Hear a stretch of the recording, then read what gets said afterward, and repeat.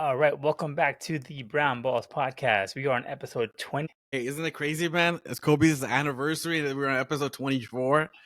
Dang, dude.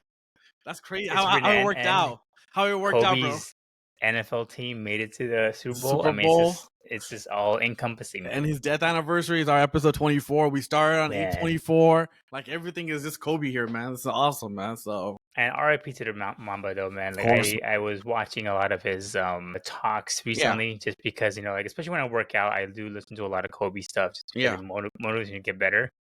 But, man, I do miss that guy, dude. I wish he was still here. Like, exactly, man. He has so much to offer to this world, dude. So much knowledge. This is really sad. Exactly, man. RIP to him, man. It's crazy. It's been like, 5 years now, man. Time flies, too. It's like, gosh. Time flies, dude. Time flies. But we will not start off on a sour note. No. We will always remember him happily. Exactly. But let's get into the playoffs, man. You were right. I'll say it again. You picked the two winners correctly. I was the more hopeful one. Yeah. Because I didn't want these two teams to win, but they did.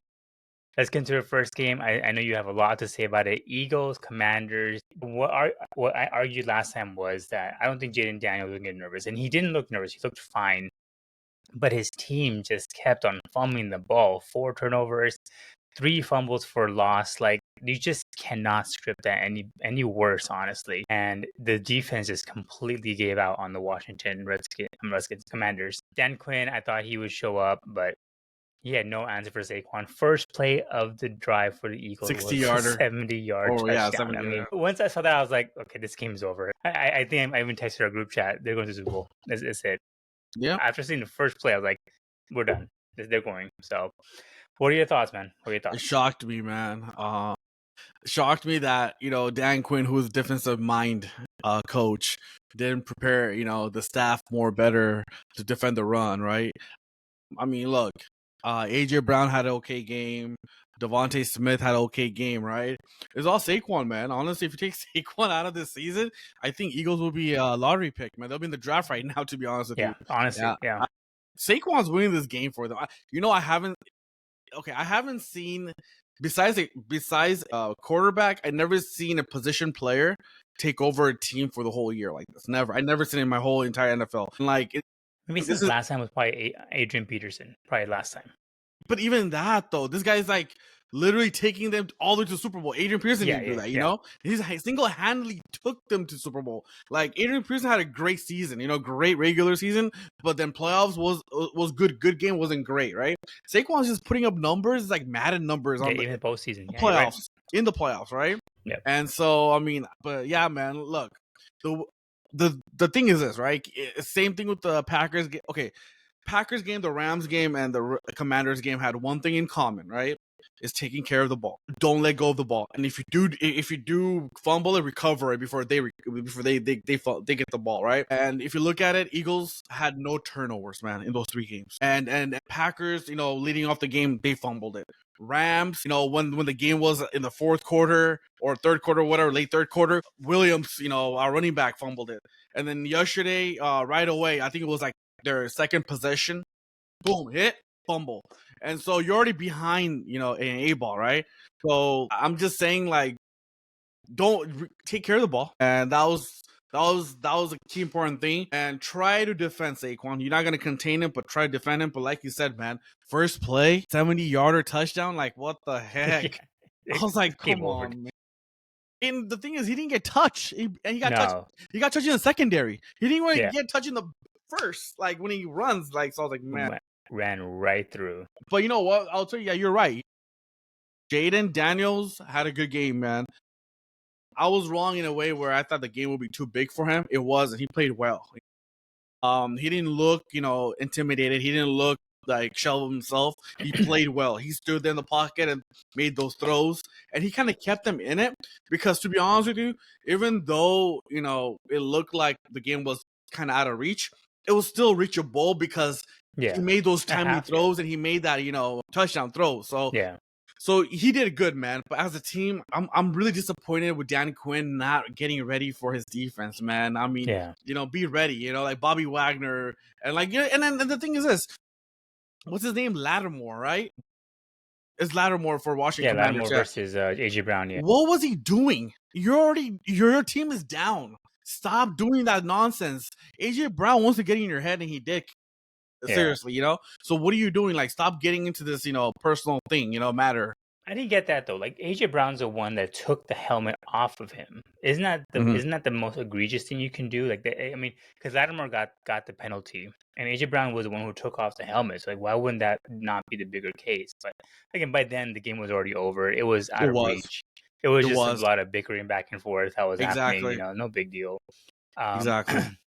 Yeah, I'm surprised that Dan Quinn couldn't. Again, no one's gonna stop Saquon, but like, there's gotta be some kind of contain. You let Jalen Hurts, who is hurt, no pun intended, let him throw the ball. See what you can do. What can Jalen Hurts do? If he beats you, fine, but you gotta contain Barkley. And once the first drive happened, it just looked like he didn't get anything he wants, and he really did. He rushed for 118 yards, which is not a lot by any means, but he averaged 7.9 yards, so he was getting to the first down nonstop. Saquon was right, and I will give the credit to the Eagles, and I don't do this very often, but I will give credit to the Eagles because they do what I don't see a lot in the league. That they are so good at punching the ball out of people's arms. Like they did that to the Rams a lot. They did it to Packers, and they did it 3 times to the Commanders, and all these fumbles were literally just punches right to the ball. They do an amazing job at that, and I was kind of surprised. So I will give them that, and then I will also eat my word by Sirianni. I said, I critiqued him. You cannot guarantee a Super Bowl. Why not let Saquon go for his record? And in the end, it worked out, right? They're in the Super Bowl because of Saquon. God forbid he had gone out there, he got hurt. You don't know, but they rested him, and now he's in the Super Bowl. So like, I still don't believe in Sirianni, but I'll give him credit, and I will give the Eagles credit. They have come a long way, and they're back in the Super Bowl. You know what, man? I'm not gonna piggyback on what you said there, eating my words on Sirianni, because I still hate the Eagles. I know, same here. Sirianni still pisses the shit out of me, and to be honest with you, I hate saying this, and I know a lot of Eagle fans are gonna be outraged what I'm gonna say. I'm sorry, man. It's all Saquon. Oh no, 100%. It's all Saquon, and the thing is this, man, it's Saquon and what's the defensive coordinator? Fangio, right? Nick Fangio. I think that's the coordinator's name. Defensive coordinator. It's just Saquon and Fangio. That's nobody else, man. Because look at it, man. Look at the offensive scheme. Look at everything. I mean, he's so lucky he has Saquon, man. and then okay, the only credit I'll give Sirianni is it's the thing that a lot of coaches do. And that's when something's working for you, they go do something else. And that's what we always said that, oh, wait, Sirianni's going to be more full of himself. He wants the credit. So he's going to do what's good for him and not for the team, right? And so I'll give Sirianni credit, man, that he's sticking to his guns. Because in the end, the coach is the one who finally gives a final approval of what plays he wants to run, right? And he's stuck with running. And for all 3 games, he's stuck with running. Doesn't matter if Saquon got 1 yard, because against the Rams contained him, and so besides those big plays he had, I mean, Rams literally just contained him. But we had a chance to win that game. But Sirianni still stuck to his guns and still has Saquon, going with the ball. He carried almost besides yesterday's game, because yesterday's game was kind of out of reach. He only had I think he only attempted 15 carries, but the other 2 games was 20 plus, So he stuck with Saquon. So I'll give Sirianni credit. But now this is a big game, right? This is where he got stopped 2 years ago, and let's see if he stays with this. And because look, I'll tell you right now, I hate saying this, but Sirianni didn't go through Detroit Lions, the best team. They didn't go through Minnesota, second best team. Right. I mean, third best. I was going to do that. This is the easiest track the Eagles had to the Super Bowl. So Eagles, I mean, look, I'm not blaming the Eagles because you play who's in front of you. Mm-hmm. And honestly, Commanders got an upset on Detroit, so Detroit got eliminated. That's not Eagles' fault, but I'm saying Eagles haven't been tested, right, in the big games. I mean, if you look at it, every game that Eagles played in the playoffs, they were favorite, right? When they played, in the first round, they were favorite. Second round, they were favorite against the Rams. Third round, heavy favorite against the Commanders, right? So it wasn't where they had to strategize too much about it. I mean, against Green Bay, they didn't do it too much. Rams, they got to make sure, Rams are Rams, right? They've been there, they won championships, so they had to do it, right? So they did little. And then against the Commanders, they're a new young team, so Super Bowl is gonna be a different animal, and we'll get into that. So I want to see. I'll give Sirianni his flowers in what is a Monday, right? In 13 days, if he's holding up the trophy. Mhm. I'll eat all my words about Sirianni if he puts a master for, because I'll tell you right now, man. I don't want to get too much in detail with that game, but we're going to talk about it. Casey is a different animal. Yeah. And 100%. Casey is not going to sit there and let Saquon go 40-yard to touchdown or 60 yards. Casey's defense is nuts. Just They are nuts. so this is a different animal, man. So I'm just saying, because like you said, Tapas, how come Dan Quinn did not put more men in the front line to stop Saquon and make Jalen Hurts throw when he's hobbled? Because they even made a big deal. He had a knee brace on. Why not make him uncomfortable? Let him throw the ball. Center was injured there, so even the offensive line was not fully there. So just stop the run, pressure a little bit on the quarterback, and let your secondaries do the thing. Because that's what they did to. I mean, to the Lions. They shut down the run essentially, and they let Jared Goff throw, and that's where all the mistakes happened. And that's when he made that mistake. They could have done the same thing. Because Jared Goff had to throw that 50-50 ball, right? And their players, their secondary caught the ball, right? And I don't know why they couldn't use the same recipe on Eagles, right? They got and put an extra man in there and let them, let Jalen Hurts throw the ball. Let him. Did you see Jalen Hurts did not really roll out of pocket, man? He got so lucky. Like his knee was out of commission. He wasn't. He was hobbled. And Commanders Commanders didn't pressure him enough where he had to roll out. He only had 15 yards in rushing, by himself. Usually, Jalen Hurts rushes for 30 or 40 yards and and make him uncomfortable, but he didn't really have to run. But yeah, man, I mean, I wish Commanders would have won, like I told you, man. And like I said, man, going into the game, my mind was telling me that it wasn't going to be a close game. And Eagles end up putting up 50 points. And I'm telling you, as soon as I saw the first thing, and then they fumbled the ball, and then the kickoff return, I texted right away, game over. It's done. I can't watch anymore. Even though they got close, it was 14-13, they got cute with it, whatever. It wasn't close, honestly. So, yeah, again, the Eagles looked excellent out there. I think they should be once they win if they do win the Super Bowl, they should thank a big thank you gift to the New York Giants for handing them Saquon. Because that's literally saved their entire season. I don't think the Eagles without him where would they would be. And I don't think Sirianni is some kind of running back whisperer that made Saquon this better. Saquon's always been this good, and he just happened to have him. And he wasn't healthy, right? And when Saquon is not healthy, obviously it's going to be hard, right? And Saquon's healthy. Yeah. Well, when he's healthy, he's great. And to be honest with you, man, Saquon saved a lot of people their jobs. I'm sorry. He saved a lot of people their jobs. Because if you imagine if he was not there, AJ Brown would be throwing a fit. Jalen Hurts would be throwing a fit. Coach would be gone. It would just be a mess. The coach would be fired. It'll be in scramble mode, man. Scramble mode. Saquon. So if the Eagles won, I want them. I don't like the Eagles. I don't like the fan base. I don't like the coach. All that stuff. But I just want Saquon to win because he's such a good guy. And I think he deserves it. And he's had an MVP type season that he'll never win. But this would be a good thing for him. Again, this matchup no one wants. So let's see how that goes. But game 2 was Chiefs and the Bills. This came down to the wire. Chiefs winning this one 32-29. I was kind of surprised by this. I thought the Bills had it. They were going down in the fourth quarter, marching down, and they just failed to convert on a fourth down, which I felt like they should have been caught, obviously. And then they should have gotten the first down where Josh Allen kind of did have the ball over the line, and then you see the referee running back in towards the line of scrimmage to not give him the first down.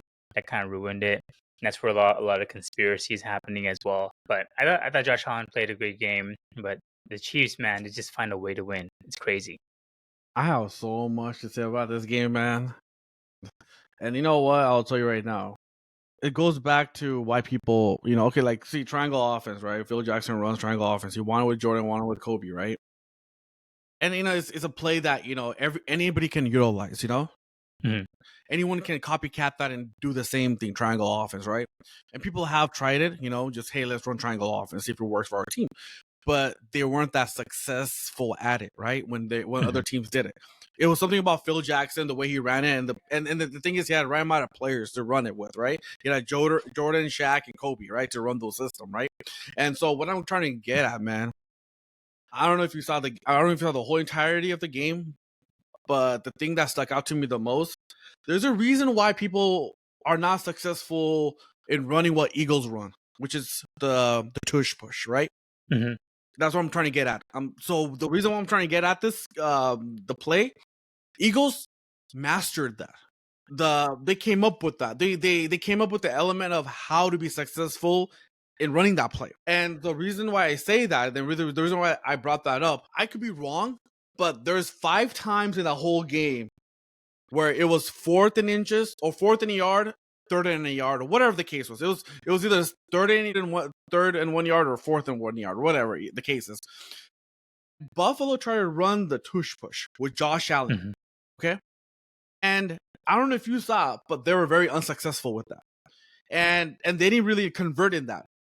So what I'm saying is that they tried that in the first half couple of times. They're unsuccessful. They didn't go anywhere with it. Josh Allen is a 6'3" big guy, man. Huge guy. I think he's bigger than Jalen Hurts, to be honest with you. You know? For sure. And he's built big too. Why be that obvious and running a tush push with Buffalo Bills when?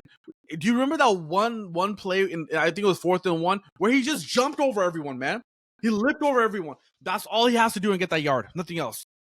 He knows that too. And they don't even need to do that. That's the thing I didn't understand. They don't have to do the tush push. Like 4th and 1 or 4th and 2 with the Bills offense, you just say go line up, and we will get this first time, because they're so dynamic. But why are they running that play and they were unsuccessful at it?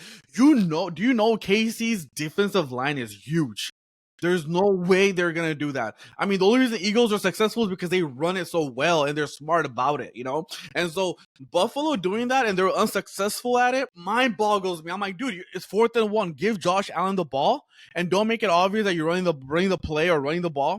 I mean, dude, all Josh Allen did was just go around and get that first down or throw it to Cook. Easily.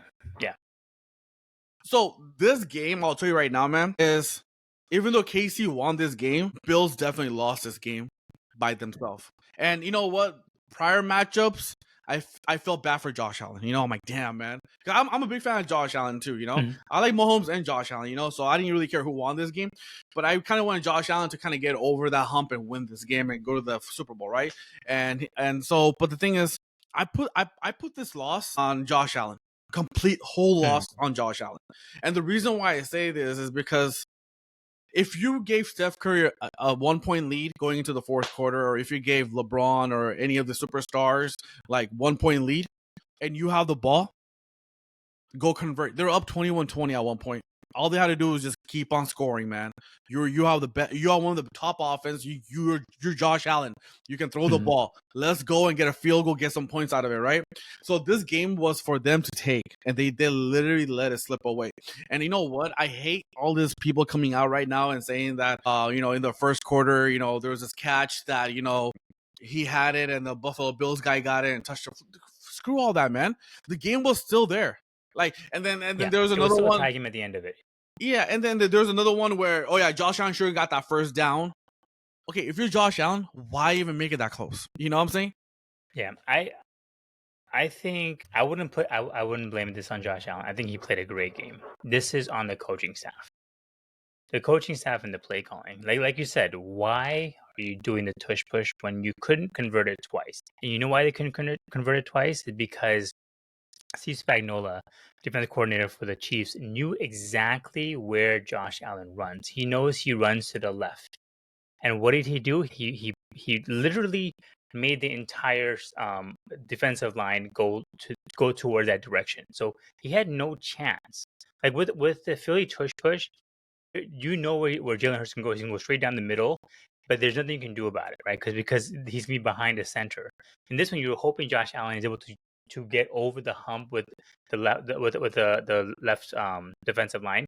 And so he loaded up the left line and he still went there and still failed twice. And then you keep calling the same play in the fourth quarter and that fourth down where he should have gotten the first down. They call the same exact play. Like, why? Like Jared Goff could convert a 4th and 2 easily if he wanted to. But, obviously before the Commanders lost, but before that, 4th and 2 with Jared Goff, they don't need a tush push. They're gonna be able to go right down, throw it to somebody, or hand it off to the running back. Scramble. Exactly. Scramble for 1 And yard. they were running the ball pretty well too. Like James Cook was getting good holes. He was going right through it. And I do agree with you that honestly, if I was the ownership right now, and I told this to my brother after the game was over, right? I was like, if I was the ownership right now, and if I was the GM right now, I would have fired the coach by today. Yeah, for sure. I would have fired him. And the thing is this, the coaching staff is not capable of winning this kind of game against Mahomes. This coaching staff had 4 chances to win against Mahomes, and they failed. And this game, they had it, man.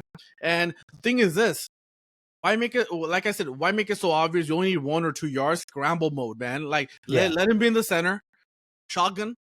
Look, give it to James Cook. You know what's the funny thing?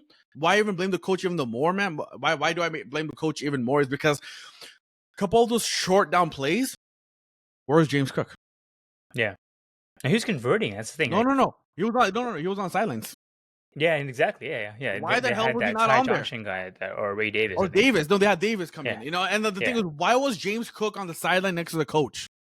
Why? James Cook was keeping you in the game. Why? Yeah. Even if you're not gonna run with him, you have to keep him out there just so you can make the defense ready to be like, oh shit, he's out there, so we gotta prepare ourselves, right?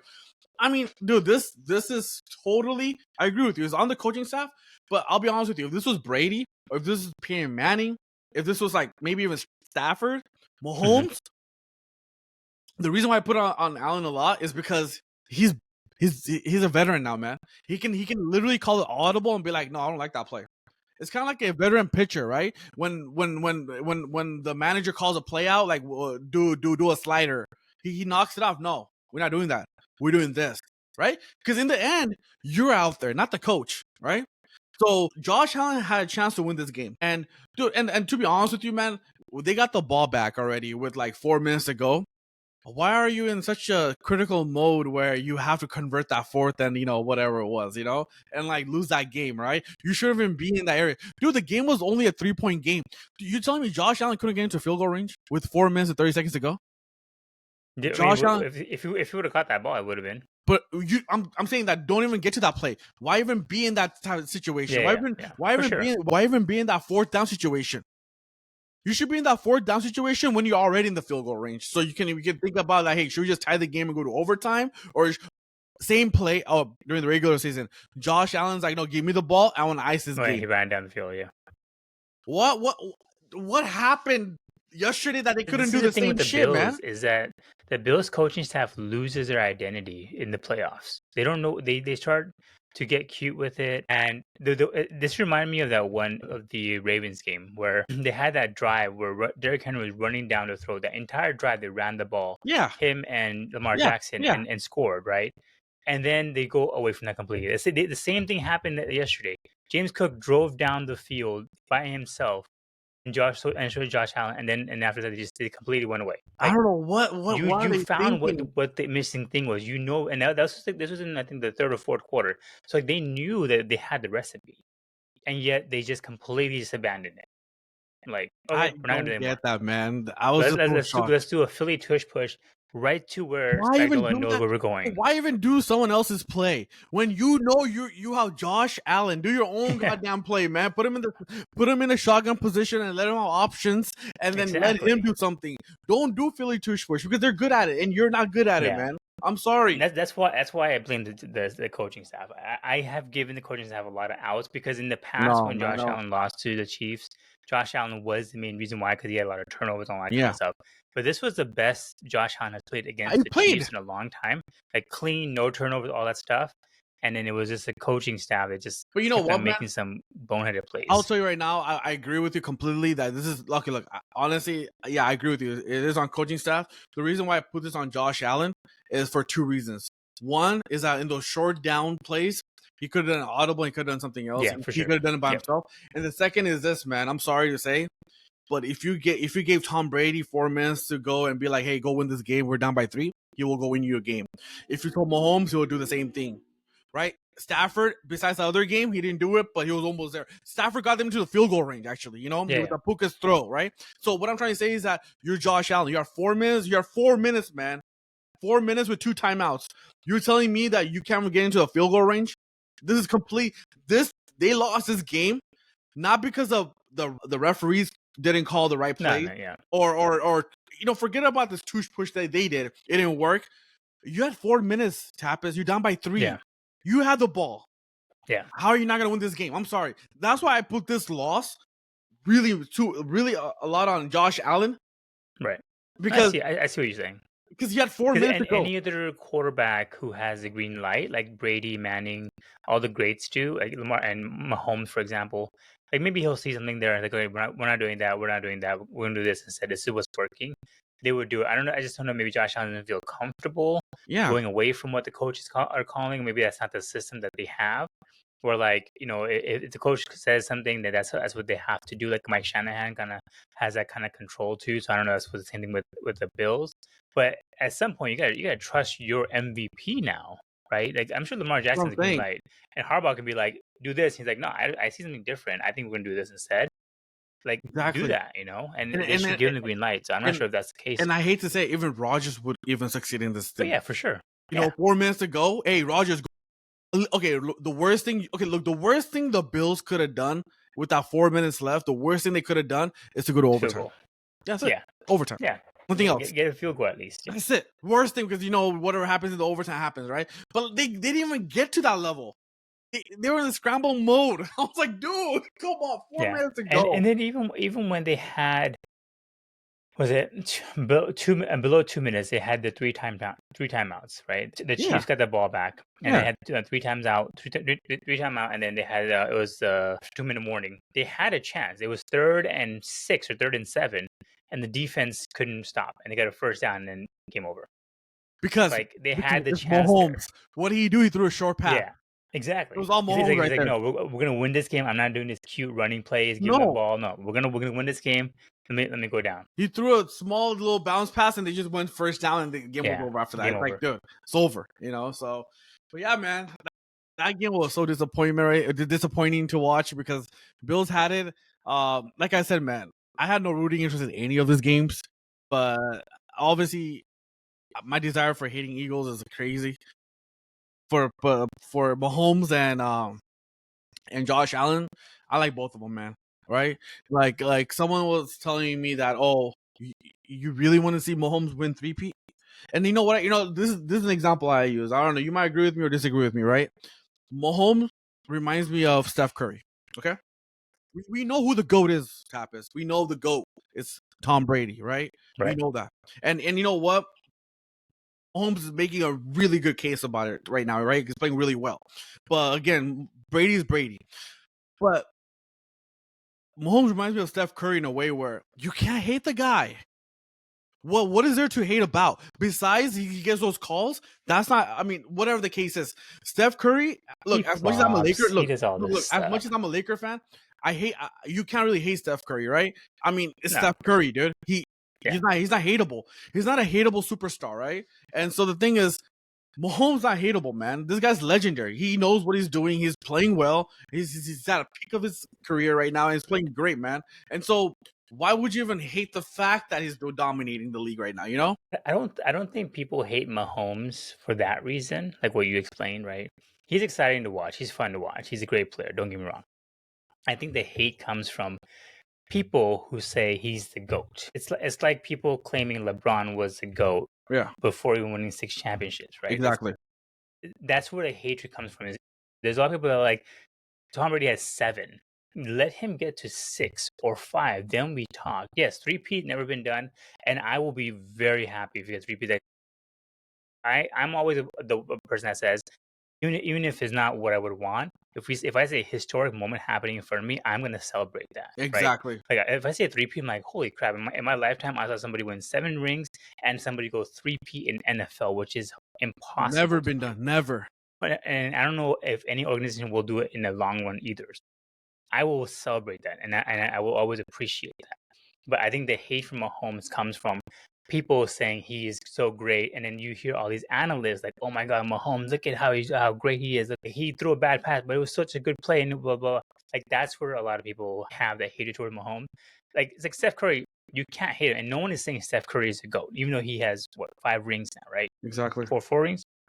Um, Four. four. Yeah. So it's the same as LeBron, right? Yes. So like he has 4 rings. But no one's saying Steph Curry is a GOAT. I think the hatred for Mahomes comes from there. But yeah, But I mean, again, we're here though. look. The thing is this, right? The reason why they always keep on comparing him to Tom Brady. So Mahomes been the starter for 7 seasons. Right? 7 seasons. What do you call the furthest that he got eliminated from the playoffs so far is a championship game, and that's remarkable. Out of that 7 seasons, I mean, you either made the championship game, you made the Super Bowl, either you made the Super Bowl or you lost the Super Bowl. Like think about that. No, and I think for me personally, as a Tom Brady fan, Tom Brady secured it when he beat in the Tampa Bay. He beat Mahomes, he beat Rodgers, all in their prime. Look. What I'm trying to say is this. I'll tell you this right now, man. I know what I said earlier. You know, when we first started this podcast, I'm a big Mahomes guy, dude. I love Mahomes. Yeah. And also, I respect Tom Brady because he got 2 out of us, man, against the Rams. Out of that 7 championship, he got 2 out of the Rams. So we actually started his, legacy basically because he beat us first. So, first one. Okay, look, man, that's the one thing. Even if Pat Mahomes, I'll tell you right now, look, okay, as of right now, the first 7 seasons, I have the stats right now, right? Through those 7 seasons between Mahomes and Brady, Mahomes is 17-3 in playoff record. Brady is 14-3, right? He has 5 AFC championship titles. Brady has 4 AFC championship titles. So far, they both are tied at Super Bowl at 3-3 as of right now, season 7, right? But all I'm saying is this: Brady went to 10 Super Bowls and won 7, right? 7, yeah. Even if Mahomes, I'll be honest with you, even if Mahomes wins 8 Super Bowls and goes to 11 or 12 Super Bowls, he wins 8. I will still go back to the point you just made. Tom Brady, when he was 42 or whatever the hell he wasn't in his prime, to be honest with you. He was way out of his prime. For him to even beat Mahomes in a Super Bowl, head-to-head. And Rodgers on the way Forget to Rodgers. it. I don't even consider Rodgers whatever. No, but again, like we're talking about greatness here. Exactly, right? Exactly. So what I'm trying to say is that you beat Mahomes in the Super Bowl. So the argument is done there. Yeah. If they never faced, if LeBron and Michael Jordan played against each other, and then LeBron beat the Bulls, and you're like, I don't care if Michael Jordan has 6. LeBron beat him head to head in the prime. Yeah, head to head, he beat him. Like, okay, well, LeBron is the best. You wanted the biggest game, in Super Bowl. And so the thing is this: I don't care if Mahomes has. But I'll tell you right now, man. In my view, like it or not, I do feel Mahomes gonna finish second all-time great. Everything. I mean, second in this whole NFL. If he wins this 3-peat, I will give him the second all-time already, and not even finishing his career off. Yeah, and like this is mind-boggling that he's doing. He's 29, and I do feel that if he continues with Andy Reid and they have no coaching changes, if Andy Reid's able to coach another 10 more years, I do feel that he will give Brady competition for his money for his title. Right, and he might even come close. He might come close to it. He might beat it by 1 or not, whatever the case is. But again, I'll still go back and saying this, man. Brady beat him at 42 at Super Bowl. Yeah, and so there's no way you're gonna tell me that Mahomes is a GOAT. Mahomes gonna be second all time. In my view, like everyone has Michael Jordan, and then everyone has either who you are, Kobe or LeBron, whatever the case is, right? That's how it goes. Kobe's never gonna go above Jordan. I'm sorry, and LeBron's never gonna go above Kobe or Jordan either. So in my view, Kobe's the all-time second best player, and I feel LeBron's number 3 right there, right behind it. So it doesn't matter whatever LeBron does or wins another one or not. I feel LeBron is still that good that he's right there. So it's like number 3. So it's already set in stone. Like whatever argument people want to make or not. So it's like that's how I feel about Mahomes. Yeah, exactly, and so I mean, going into the Super Bowl matchup, right, with Mahomes and the Eagles, let's give our picks out. I have a very big dislike for both of these teams. So, like, I'm like Christian. I don't know if you heard what Christian McCaffrey said. He said, "Can both of the teams just lose?" Like, they asked him, "Who do you pick?" He's like, "I want both of them to lose. Like, have it be a tie." so that way they both lose. Like that's what we all hope it is, right? It's not gonna happen, obviously. The Eagles have the best team by far. Yeah. Oh yeah. Comparing the two, right? The best team. Yeah. But the Chiefs has the best player Exactly. and the best coach. Exactly. As much as it hurts me to say this, It won't hurt me, but yes. But go ahead. the Chiefs will three-peat. I have the same breakdown as you, man, and I personally don't hate one of the teams, and that's the Chiefs. I love the Chiefs. I think the Chiefs because they actually stopped the Niners winning two Super Bowls. The Niners are in our division. So I'm thankful for Mahomes, put it that way. I'm thankful to Andy Reid that, they played well in Super Bowl to beat the Niners because you don't know the joy I get with those Niners fans, dude, the annoying Niner fans. Think that they're so good with this talent they have and stopping their asses. So it gives me joy that Chiefs stopped them winning two Super Bowls, right? One was Garoppolo as a head, and another one was Brock Purdy. Thank God, So, and the thing is this, man, this game is gonna be close. This game is gonna have I feel the game's gonna have the same effect as last year. Everyone thought that Niners were gonna win this game last year, and fourth quarter comes around, boom, switches turn. Yeah. And so that's the thing. It's like the Chiefs will find a way to win this game. I don't know what it is about them. I think Steve Spagnuolo is going to have a much better game plan for Saquon than any of the other defensive coordinators have had in this playoff run. And he really will make it so Jalen Hurts will have to beat them, and I don't think Jalen Hurts will be able to. And the thing is this, man, that last play, which is what, 4th and 8 or 4th and 6 against the Buffalo Bills. They called a timeout, right? Right before then, the Chiefs called timeout, and Tony Romo illustrated it the best. Steve Spagnuolo didn't even use that play. He waited till that important play to use that play. Yeah.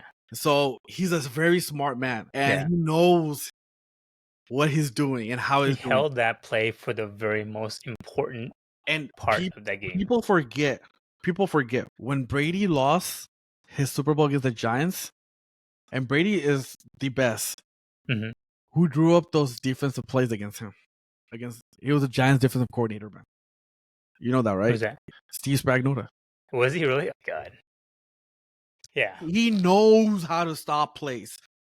That's why, because we hired him right after that. After they beat you that first Super Bowl, when you guys lost against them, the first Super Bowl against the Giants, not the second one, the first one, we hired him actually right after that, I think.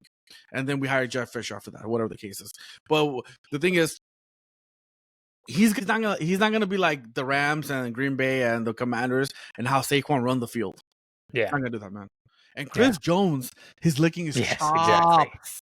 Yeah. He's licking his chops for they haven't met someone like Chris Jones.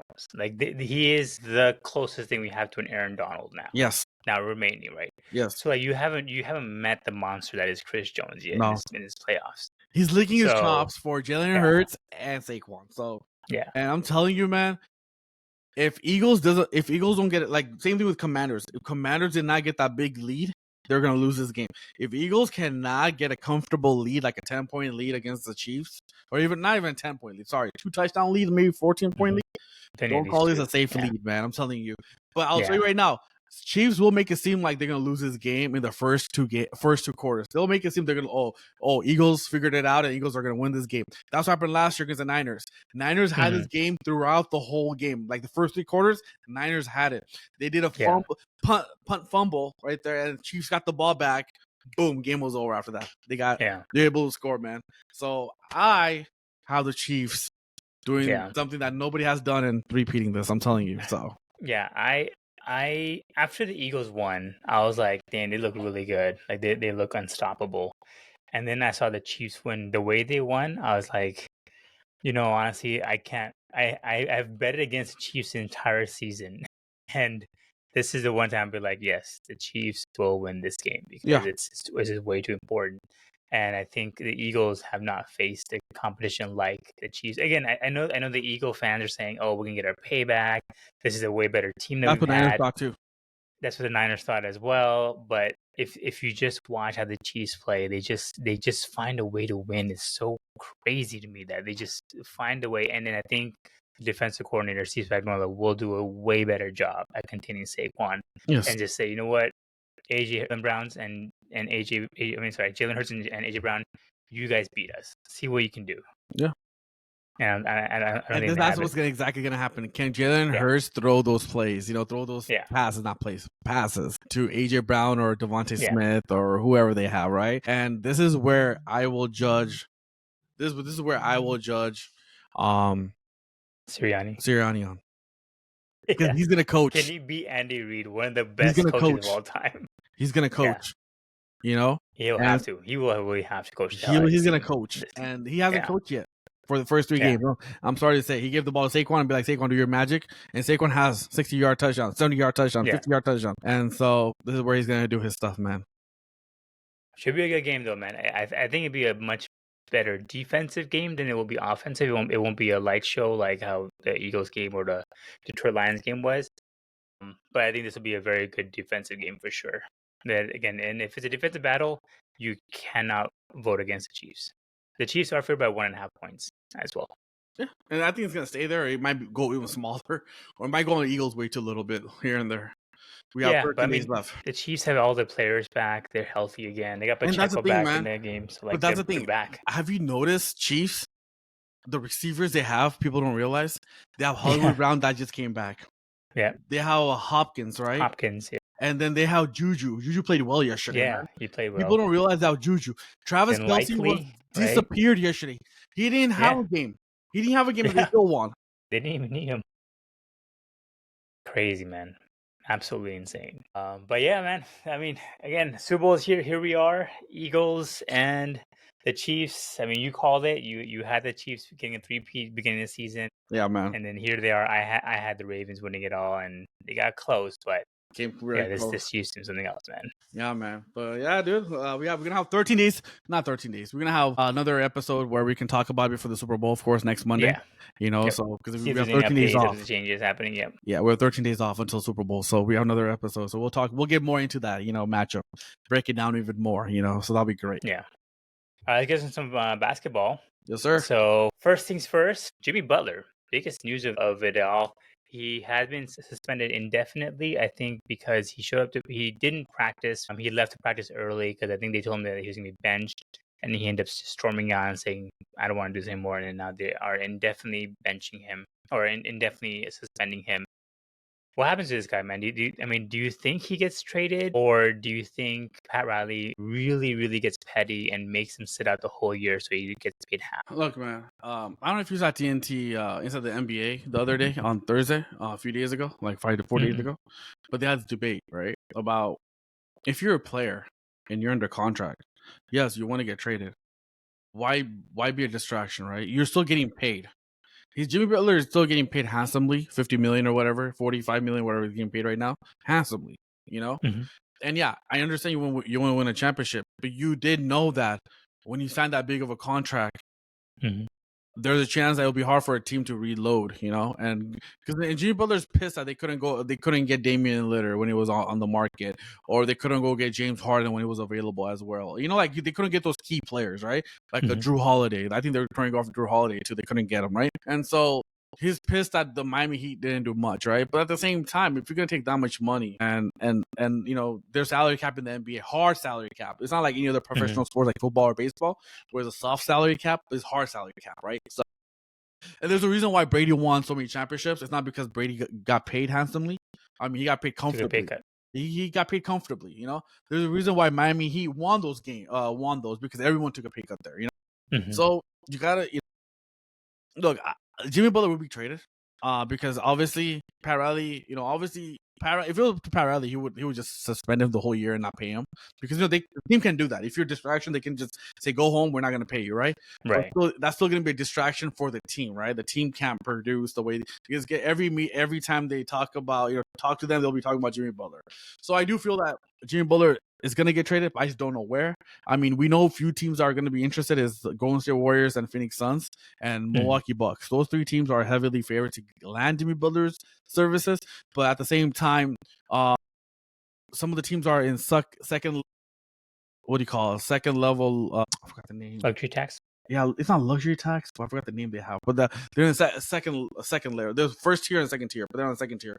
So some teams like Phoenix Suns or Milwaukee Bucks, they have to be exact money match. Oh They have to yeah, make that because trade. they already overspent. I forgot the name, man. But yeah, but they're so Phoenix Suns and Milwaukee Bucks. Like for example, Phoenix Suns has to trade Bradley Beal, and that matches. But Bradley Beal has no trade clause. And same thing for Milwaukee Bucks. They have to match it as well, too, because they're right there. Or they're right under it, they're right there, something like that. And so, but I do feel he'll be traded. I mean, he's been a distraction to the team. I mean, what the stunt that he pulled like last week about the plane, being late to the flight and not going there. I heard he made the team wait like 2-3 hours, and then he texted saying that I'll just meet you there. Like you Yeah, what he's are you just doing? petty. So and he wants a new contract, like an extension for like 2 years, 120, which is like 60 million per. And so I don't know what Is he team's gonna give worth him it though? Like no, and I know he wants a max contract, right? I think no. that's the biggest thing. But like, if you're a player who's seeking a max contract, wouldn't you want to show that you're worth it? Like, not be a distraction to your team. Like, let's just say hypothetically he goes to Milwaukee Bucks, hypothetically, but he has the same issues that he's having now. Why would they want to pay him max money? Who would pay him max money? Like, I would think if I'm trying to get the most amount of money I can get for myself, I would be out there every single day putting in the work to show that I am worth it, and also make the team that I'm unhappy. He doesn't want to be with the Heat, and they don't want him.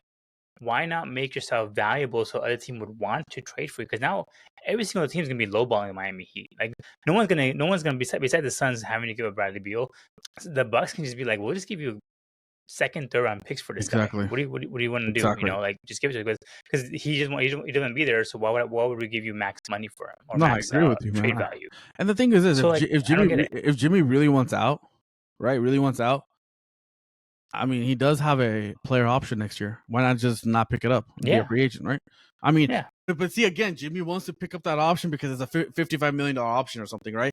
But Right. he also wants to be a contender, right? So you can't have both ways. Yeah. I mean, exactly. if you really want to be out of Miami, decline your option, be a free agent, and go sign somewhere else, wherever you want to be signed, right? So you can't have both things, man. I'm sorry to say, you can't have both things. This is just weird. I know. And if anybody has learned a lesson like the 76ers have learned with Paul George signing somebody like like who is older in his age to a max contract, how Paul George did, and not even showing up now. He had to get MRI on his pinky all of a sudden, like podcast to be showing up.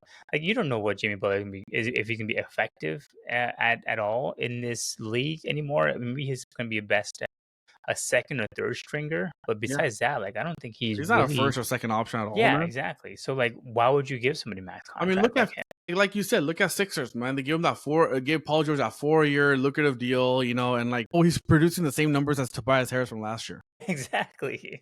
And getting paid. And Tobias Harris played more games compared to Paul George. And look at Clippers. They're sitting so happily right now because they didn't give that contract, right? Yeah. I mean, and Clippers are 6th in the West. They're playing well. And here Philly's fighting for 10th, So yeah, exactly. So it's two different situations. Yeah. So I just don't know what his play is here. I think the Heat. If I was Pat Riley, if I was him, I would just say you're gonna set the whole year. Even though he hasn't played most of the game, we're still 6th in the East. So what more could we ask for right now? With the team that's constructed, they're still 6th in the East. So why even bother? Yeah, but it's just that these players are young and they get distracted easily, right? Distracted easily about like Jimmy Butler questions, right? The media makes it harder, right? So I think the deadline's about a week away. I mean, little over a week away, about like 9 days away. It's next Thursday, not this Thursday. So we'll see something happening for sure, man. I do feel he'll be moved to one of those 3 teams, unless there's a surprise team, which I don't know, but I just think it's gonna be the Milwaukee Suns or Warriors, for his service. So. I'd be surprised if honestly Milwaukee or the Suns sign them. The Suns, I think they're just kind of in free fall mode. They're just desperate for something, honestly. They're just trying to save their season, basically. Exactly, and I think the Warriors probably make the best run for him. I'm sorry, out of all those teams, man, Warriors will be the perfect fit for him. I know you're gonna laugh at me. Warriors will be perfect fit for him. No, I agree. Steph needs another person that can be a second option kind of player, and he can take a lot of stress out of Steph Curry. I just don't know if him and Steve Kerr will get along. Well, you know what? That's the right coach for him. Because I mean, Steve Kerr has kind of controlled Draymond. Draymond Green, but and they both are kind of head cases too. So maybe, but I don't know if I don't know if Steve Kerr wants two head cases in his team. Right. And also He Steve Kerr already has Draymond. has like similar offense to Eric Spoelstra, where it's like more of a motion offense. Like it's not really a ball handling kind of a system. It's more like throw and do your plays. Yeah. Like, just free, Yeah, screen pass all that free time. pass. Yeah. That's all it is, man. So, but yeah, man. But let's get into our next topic. My favorite topic, man. The where I'm going. Lakers. You know where I'm getting at, brother. The Lakers are 26-18. They are finally beating the team they need to beat. Here we go. Yes. They are in a 4-game winning streak. They beat the Wizards. Congratulations. They beat the Celtics, that didn't have any of the best players out there. Under Darwin Ham, we weren't even winning those games. All right, it wasn't even like. Okay. All right, so I've been thinking about this. Right? I've been thinking about this. Okay, can you tell me, compared to the last 2 seasons we had with Darwin Ham, is this team that much better? Like what? Like in what sense? Do you think they are contenders? They have a second-round exit. Look, if we don't face the Denver Nuggets, the sky's the limit. Like Jordan says, But look, I mean, we're 4 and 5, so Denver are 4. We're 5. The thing is this, right? Like, look, JJ knows the schemes he wants to run, offensive scheme and how he wants to run, and defensively, he knows what he knows what players can do what, right? On the other hand, Darvin Ham, right, has a similar team besides Dorian Finney-Smith.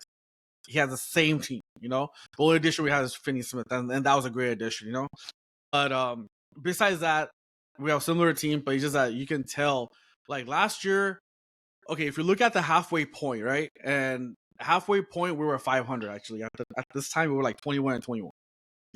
42 games in, and this year we were like 5 games over 500 at the time. Right now, And the thing is this, man, the teams that we're supposed to beat, we weren't beating them, right? And that's what got us in trouble. When you have LeBron and 80 on your side, I'm sorry, man, you got to beat those teams that are very underachieving, right? And Lakers are actually third best in record wise, which I think they're like, I think what the record shows they're 22 and 2, I think, or 22 and 4, something like that. The record, the teams which are below 500, we beat them, and that's huge because you have to take those wins now. Because the thing is this, last 2 seasons, Lakers had to make that strong push after the All-Star break. Like there's like 30 games left, and like you heard the narrative. There's 30 games left for Lakers to make the play-in tournament. They have to go like 18 in this, 20 in this, and that's putting so much pressure to just make the play-in. And that wasn't making the playoffs. That was just making the play-in tournament. You got to make the playoffs still. Lakers are currently 5th, sitting right now. And it's not even the case where fine, if they lose one game they're back to 10th spot. That's not what it is, because there's still a margin there. Lakers got to go on like a 3-game losing, like about 2, 3. The 10th spot, the 10th spot is 24 and 22. Lakers are 26 and 18, so they're 4 games, right? So Lakers got to go on. Okay, fine, 3 games. Lakers have to go on 3-game losing streak, which they're capable of doing that. But that means the other teams got to win those 3 games too, right? They have to go on a winning streak too. And you can tell in the West, everyone's very competitive. Besides OKC, everyone's like right there. Anybody can be anybody. Any given day. So yes, I do feel confident like about how far can Lakers go. Look, even under Darvin Ham, we went to the Western Conference Finals, right? And the thing is this, man, it's all about matchups, right? It's who you face and how you face them, right? And I know that it's not in your control. It's never in your control. But you got to put up a better team out there that can, beat any team anytime in the playoffs, right? So I do feel that the way we're playing, we can be competitive. And I do feel we can make a deep playoff run. This team still cannot win the championship. I'll tell you that right now.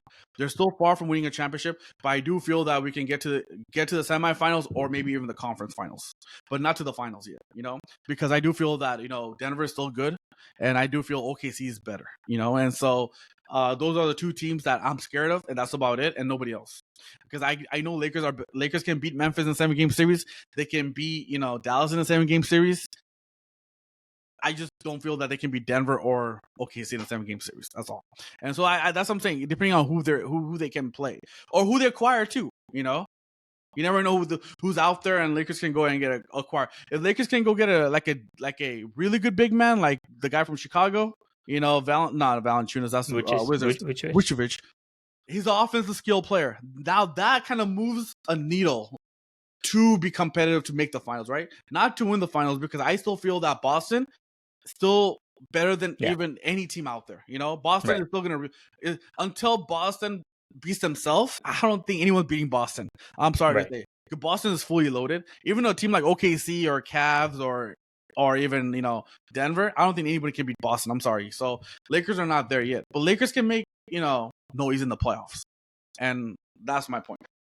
I mean, honestly, I don't know if this team is that much better with Redick than Darwin Ham, just roster wise. And I think that's the biggest issue that I have. Because I mean, JJ Redick is beating teams that we need to beat, and I mean, we've lost to Detroit twice. We lost to the Clippers. I mean, we should be way better than Clippers. The Clippers are number 6 right now. That's a scary team that's in the making. Yeah, the Nuggets are Nuggets. They'll probably get to number 2. I think the only team in the West that's not scary and that's high up is probably the Rockets. And I don't think anyone's really scared of the Rockets. And maybe the Grizzlies a little bit. But Denver, OKC, I'll put Clippers in there, and then Mavericks. Besides that, I don't think there's any scary team out there in the West. The thing is this, that's better than Lakers. Yeah, but like the thing is this happens. That Thursday game. Okay, look, I understand that Boston was on their back-to-back. They played Clippers the day before, but again, nobody playing. Huh? They had nobody playing that game. Yeah, so they had all. I mean, Tatum and Brown played, but Drew Holiday and Porzingis didn't play, so they're off, right? So they're waiting for the Lakers to play on Thursday, right? And the thing, that game was so impressive for me, man, is that I understand that. I don't want to make it too much out of it, but Boston was on a back-to-back, so obviously the legs were a little tired, but a couple of the key players didn't play, so they were fresh, right? But the thing that impressed me about that game, man, is that starting from that tip, I never seen a perfect basketball by the Lakers so far, and they did that on Thursday. Where from minute 1 to all the way to minute 48, they played a complete game, a complete great defensive game, and it wasn't even offense mostly; it was mostly defense, right? And with the Vanderbilt coming back, and we have Dory Finney-Smith, I like our defensive scheme. And I know you don't think they're good defensive players, but that can kind of make the team better by their energy, right? Their hustle. And I like that, and like that's scary for like when you have Dorian Finney-Smith guarding Tatum, and then he goes out and Vanderbilt comes back and guards Tatum, kind of makes it very frustrating. That's the reason we got to the Western Conference Finals, is because we played the right teams 2 years ago, and Vanderbilt's activity with Austin Reeves, activity, like hustling, we kind of got to the Western Conference Finals due to that reason, playing that kind of defense, right? So that's the reason why I feel a little confident the way that this is going down, that look, they're getting healthy, they're getting their players back, and let's see where he goes. Regardless of what all the other players you mentioned, Finney-Smith, Vanderbilt, all of them, that's all great, right? Everyone has role players that will play well. But what the Lakers' issue is that their starting 5 is not as competitive, right? Besides LeBron and AD, like everybody else is interchangeable. Like Austin Reeves is having a good season, but he's okay, right? So like that's the only thing is like LeBron and AD will show up. Can you really tell me that Finney-Smith is going to go out there and put a double every night? I mean, he's averaging 6 points and 3 rebounds right now. Well, Finney-Smith, but that's not in his game either, right? His game is more like that's not going to show on the stat sheet, right? Those are the plays that he's going to be doing. But I do agree with you. Like I mean, obviously they're 2-guard. Max Christie, could be changeable, right? You can tell like Rui could be changeable as well too, because he's I mean, same thing with Austin Reeves. He's good. He can't be Austin Reeves cannot be your 3rd best player in a championship team. Right. Yeah. Cannot be. But then again, if you put in a player like Vucevic, who could be your 3rd best player, he has offensive skills to do that. 3rd best player. Who are you getting rid of to get Vucevic? Oh, I mean, it'll be Ryu, and it'll be a 2nd-round picks, and I think we have to give the year before, Ficino, up for that. I don't know, man. I haven't heard a lot of strong trade rumors happening just yet. I know there is a trade rumor between Chicago and the Heat for Jimmy Butler, but besides that, I haven't heard anything. Well, hey, you know what? I haven't seen AD this vocal, by the way. I don't know if you saw that last few days ago, where he had an interview with Sham Charania, and he said that. I haven't heard of it. Yeah, he had an interview, one-on-one interview, and they just talked about like different topics, and he he straight up said, "I'm not playing center. I don't want to play center." And when we won the championship, we had JaVale McGee and Dwight Howard being centers. Mhm. And he's like, "I need a big guy out there that can play that level, you know." And Mhm. basically, he's basically asking the front office, like, "Go get me a big man, and not just a big body that like we have like Jackson Hayes. We need a big body that can produce, like because like JaVale McGee did the intangibles, right? Like what Dorian Finney-Smith does. Like he hustles, rebounds, does the hard work, like on defensive players, right? Like Mhm. that. So I'll send you the. Yeah, is that what Finney Smith is there for? So why can't they use him? He's not a big man, right? A big body. Finney-Smith is 6'7", man, 6'8", right? He's It's a power not, forward, right? huh? He's a power forward. Nah, but not Joel Muggy, who's straight up a 7-footer, right? Dwight Howard was like a Hmm. 7-footer as well, like a big body Yeah, who sure. can actually That's play true. who actually can play center position, right? You can't Yeah. put Finney-Smith as a big body. I mean, I don't consider Finney-Smith a center. I mean, he's more of like a 6'7", a wing player, right? That's why I see him as But more. so did he say why he can't play center? Because I think He as a never. center, isn't it is an advantage for him because centers are so much slower. They don't want to be out in the 3-point where he normally lives as No, well. Like but why would I he not think want that? I think what he's trying to imply is that because you know when you use your effort on defensive players, like he likes to play team defense. He hates playing one-on-one defense, right? So when you have to play defense and take that banging from that big guy, right? Like it's straight up But like. that's only Jokic. Really, you're gonna get that from which other centers out there banging him But like that's the that? only Like team that's been beating us, man. Right? yeah, but like but But we've been last two playoffs, man. We were out because of him, right? I mean, basically. I mean, if that's the case, then when you play the Nuggets and throw Finney Smith out there on him, Well, throw we haven't Vanderbilt tried that on yet, him, right? I mean, that's the thing, right? right? But We haven't tried that yet. But I mean, I do feel that if we could go get like a Valanciunas from Wizards, who's a big body and who yeah, can actually do stuff like what JaVale McGee did, and for Valanciunas, we don't have to go too much either, you know. So he can be a good, decent center, and so I yeah. do feel Lakers are right there on the cusp of being dangerous. But I'm not saying they're a championship team yet, but Mhm. they're right there, man. They're hitting their strides, and I know you don't think it's a big deal of being like 7 games or 6 games above 500 at the midway point. I do think it's a big deal because it helps you, not play a pressurized basketball where you need to play and save that energy a little. I mean, it's better to be 7 games above 500 or 5 games above 500 right now at the midway point than being 500. Oh yeah, for sure, I mean, But I rather right now, I'd rather be a 5th spot and maybe getting to that 4th spot than being like 9th or 10th where Warriors are currently. yeah, but they're only 2 losses away from where the Warriors are. So like, I don't think like that's really helping the Lakers very much because we are so close to It's the easier bottom. to not be it's easier not to chase it than having that lead, right? You want a cushion, right? As long as you can get a cushion ahead of the 7th or 8th spot, right? Exactly. Out of the play-in. And I told you, No, I get that. I get that. I told you they'll be above 6. I felt that at the beginning of the season, the way JJ Redick and everything is. I did feel that even with this roster constructed, I thought we would be 6 or higher. We're not going to be Yeah. playing. I mean, again, I don't see the Mavericks staying where they are in 9th for very long. I think they'll Well, I be mean, all Luka's right. been out. They'll That's get the up. reason, right? Yeah, Yeah. Luka's been out, so I think they'll catch up.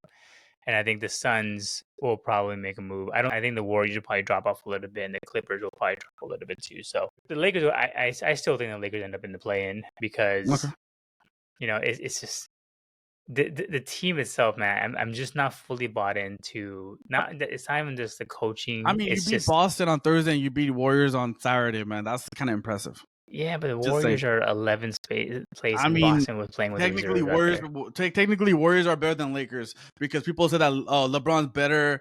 LeBron's better off with Warriors team than Yeah, Steph with the Lakers for team. sure. Yeah, Because the most likely thing to happen is everyone said that Warriors have a better roster than the Lakers do. Everyone says that it doesn't make sense for Steph to go to the Lakers because Warriors have a better roster. But again, yeah, they do. we beat them already twice at their home floor. So I don't know. I don't know what much more we can make out of it. I mean, you don't think it's a big deal, but it is in hindsight because people made it seem like Warriors are better than Lakers, right? Better roster, better this, better that, right? I mean, top to bottom, they're better. I mean, even you said it too. Warriors are better roster constructed. Yeah. So I do think so. And I don't think the Warriors are going to stay in 11th spot. no, They they're will not. make a move. They're going to move up. They Jimmy Butler.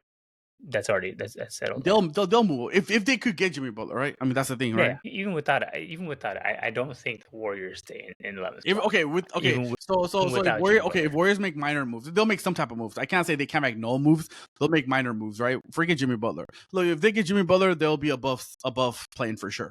So you telling me even if they don't get Jimmy Butler and they make minor moves, they won't make the play-in, right? They'll make the regular playoffs. No, they make a play-in. Okay. So would the Lakers. Okay, no, I don't think Lakers will. I'm not saying like they're gonna be in top 6. They're gonna make the play-in, and so would the Lakers. And who knows? They might even play against each other. They probably were like 3 years ago. Yeah, they exactly. Did. Remember that? Yeah, and then the Lakers won. But I'm just saying it's not looking very promising to me. I still feel like the Lakers are beating the bad teams, in which they should. But Tapas, tell me this. So you're supposed to. But they don't look good against good teams. You're supposed to beat the bad team. So you're supposed to beat the bad team. They don't look good against good teams. I mean, Tapas. Besides to be honest, Boston, if you only hold your hat on Boston, like they lost to the Mavericks by 21 points. We beat Minnesota. We lost to the Cavaliers by 12 points. We lost to the Spurs by 24 points. Yeah, but we also beat them too, right? I mean, yeah, I know, but I'm saying we lost to the Timberwolves by 12 points. We're not beating the yeah, but I mean, we had fair share being the good teams too, dude. I mean, it's not just. I mean, we beat Warriors twice. We beat Boston once. We beat Minnesota once. I don't know what they beat us. Yeah, what I'm saying is they haven't beat the good teams consistently. We don't show up against the good teams. Besides the Celtics recently, besides that, tell me one team that was like, wow, that's an impressive win for us. Christmas Day, Warriors. I was impressed. Dude, Warriors are a play-in team too, man. I'm talking about a top 3 team. Well, we haven't played that many good teams yet, to be honest with you, right? We haven't faced New York yet. We faced Cleveland from East before Boston right now. Mm-hmm. We haven't faced...